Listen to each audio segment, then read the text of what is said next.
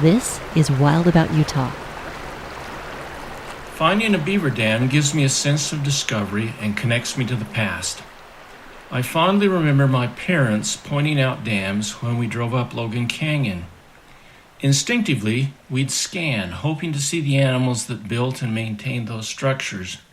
When we talked about beaver dams, the conversation often turned to trappers who would rendezvous and resupply in Bear Lake and Cache Valleys. We lived where history had happened, and I was eager to know more. Years later, inspired by a history class, I read Dale Morgan's Jedediah Smith and the Opening of the West.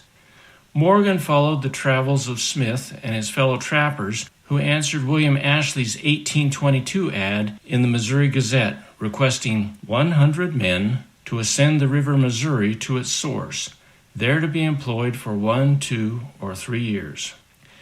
Ashley's troop competed with the Hudson's Bay Company, the American Fur Company, and several native indigenous tribes, all trapping beaver. The story sounds familiar. Beaver pelts and later bird feathers were used to create hats, and the movement to harvest them led to a significant decline in numbers. For the birds, this decline led to building refuges and other conservation efforts.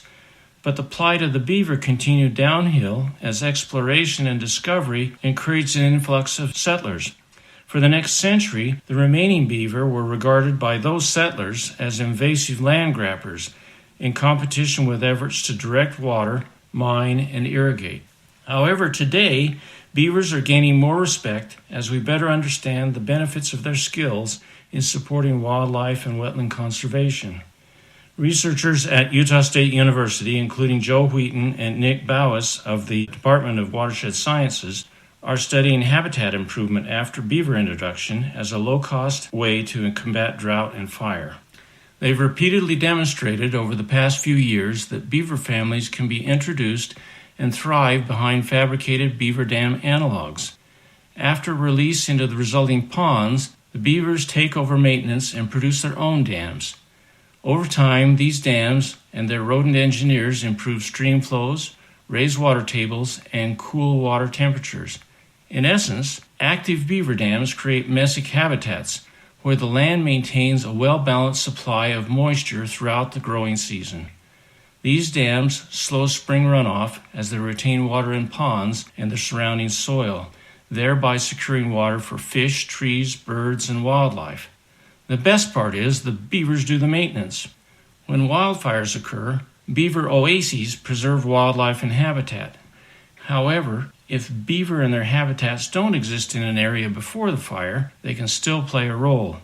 By retaining water in beaver dam analogs, we can create wetlands conducive to beaver habitat. In Joe Wheaton's words, we can't dump beaver into a watershed that has burnt to the ground and expect them to do the restoration of degraded streams on their own. What we can do post-fire is accelerate recovery with low-tech structures that make it easier to more quickly get beaver into an area and accelerate recovery. We'd like to help them do that. To learn more about how birds, beaver, and wildlife are key to the understanding and improvement of our environment, and to find ways to get involved, check out this story on wildaboututah.org. I'm Lyle Bingham for Bridgerland Audubon, and I'm Wild About Utah.